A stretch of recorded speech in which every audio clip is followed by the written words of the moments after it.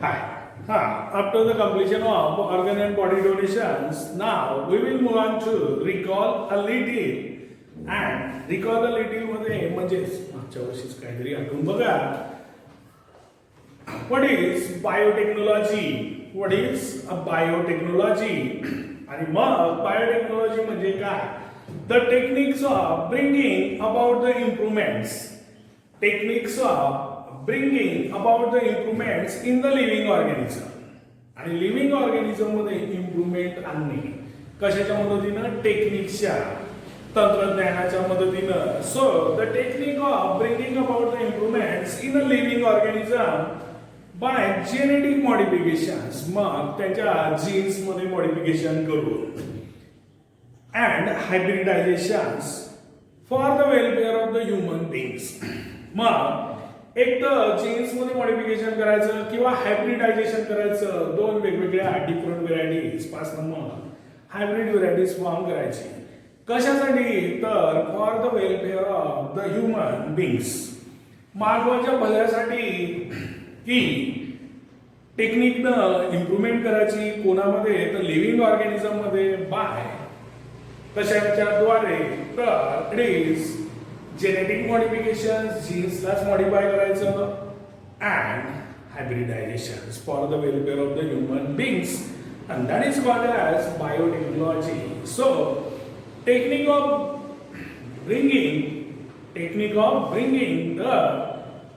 bringing about the improvements in the living organism by genetic modification and hybridizations for the welfare of the human beings, is called as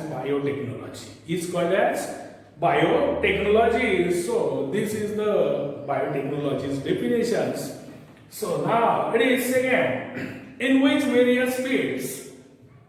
आता कोणत्या वेगवेगळ्या fields मध्ये, क्षेत्रामध्ये biotechnology has been useful. आणि biotechnology कुठे कुठे useful आहे तर आपण बघू. Biotechnology has been use in the following fields. मग एकापेक्षा जास्त असेल म्हणून आपण हेच वाक्य वापरतो.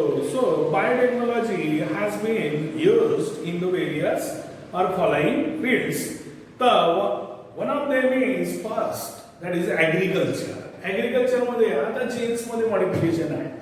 मग काय होईल तर टेम्परेचर रेजिस्टन्स व्हेरायटीज, की कुठं टेम्परेचर जास्त असते मग त्याच्यामध्ये बरेचशा मरून जातात. नंतर वॉटर रेजिस्टन्स, की खूप जास्त पाणी असेल तरी पण तग धरली पाहिजे कमी पाण्यात पण. आणि सर्वात महत्वाचं ईल्ड वाढवणे, त्यापासून yield.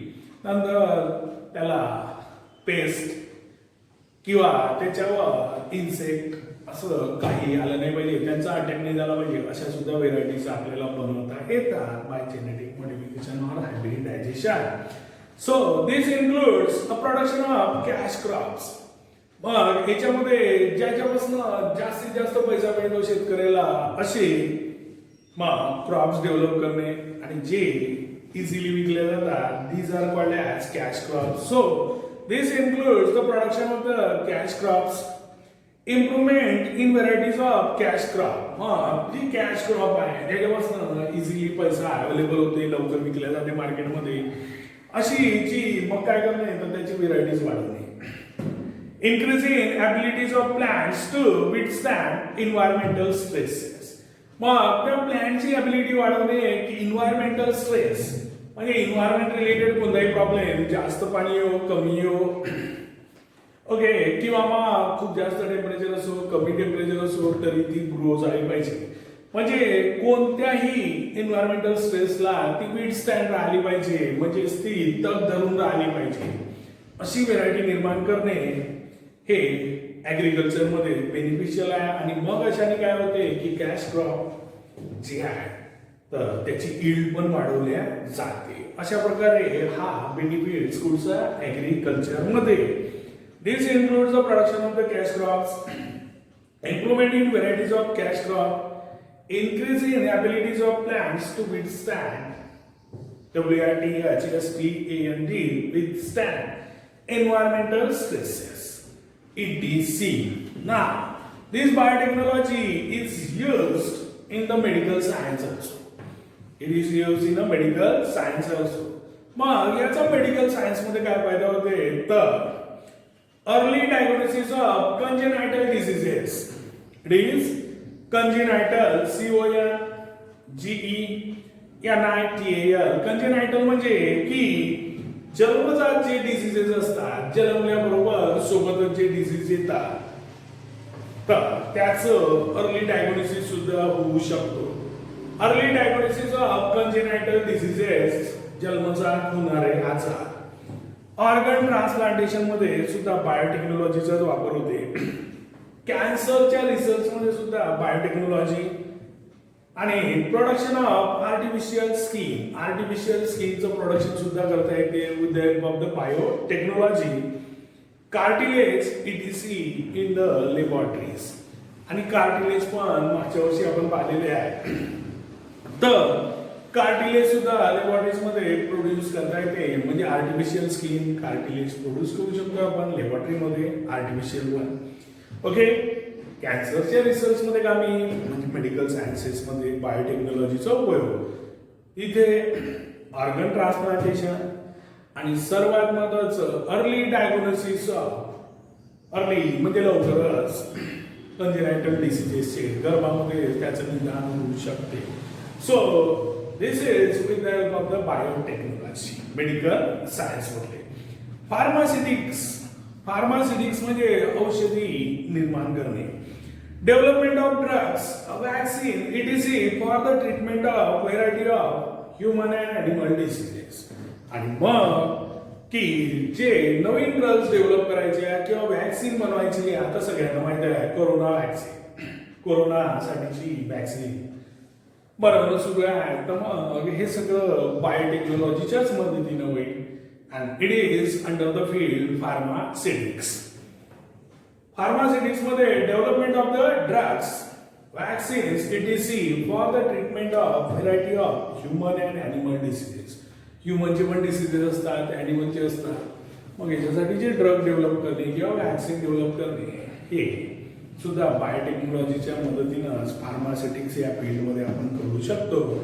And fourth one is environmental science.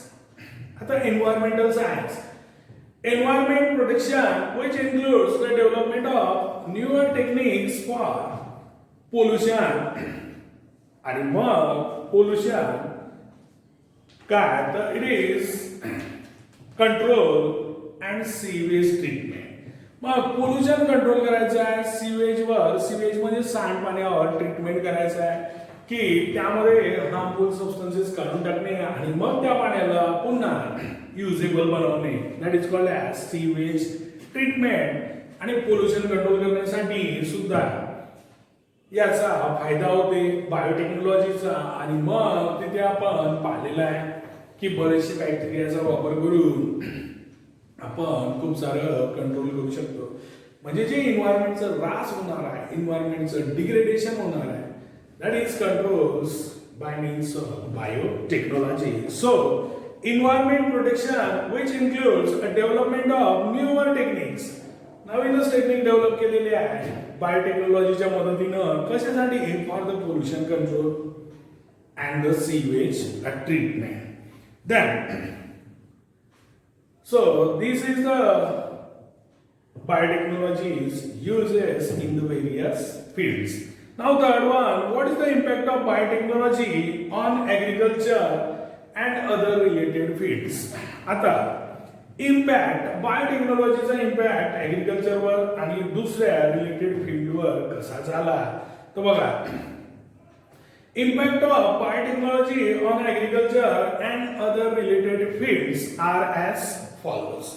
आणि मग त्याच्यामधलं सर्वात पहिले GM क्रॉप्स, कॅपिटल G आणि capital M. GM. What is the meaning of this capital G and capital M? It is genetically modified. Genetically modified म्हणजे काय तर jeans मध्ये मॉडिफिकेशन केलेलं आहे. जीन्स मध्ये मॉडिफिकेशन कशासाठी तर त्या प्लांटच्या साठी की त्याला त्या वातावरणात त्याच्यानुसार त्याच्या जीन्स मध्ये चेंजेस करायचे. एक तर त्याचा फायदा होईल तो तग धरेल आणि त्याची ईल्ड पण वाढेल, त्याच्यापासून उत्पादन सुद्धा वाढेल. So genetically modified crops, that is called as GM crops, these are developed by altering the DNA of natural crops.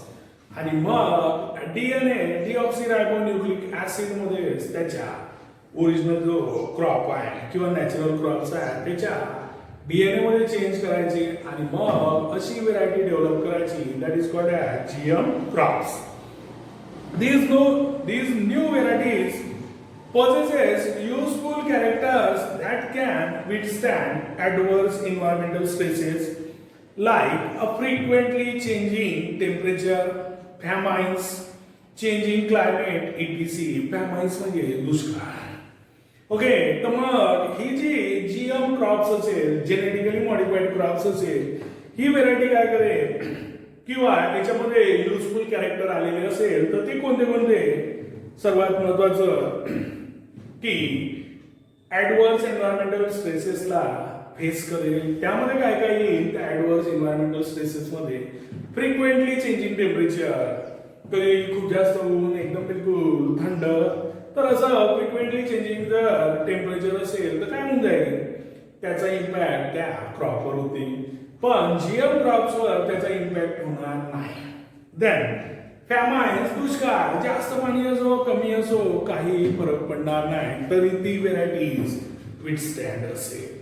आणि सर्वात महत्वाचं चेंजिंग क्लायमेट, आणि क्लायमेट मध्ये जर चेंज होत असेल की तिथे क्लायमेट म्हणजे बऱ्याच दिवसाच्या याचा अभ्यास करून क्लायमेटवर जर समजा म्हणजे आजूबाजूच्या वातावरणाचा पण बऱ्याच दिवसाच्या याच्यानुसार ऍव्हरेज पॅरामीटर वापरून मागच्या वर्षी आपण शिकलेलं आहे, तर क्लायमेट मध्ये चेंज होत असेल तरी पण GM क्रॉप्स त्याला सुद्धा काय होईल तर काही फरक पडणार नाही.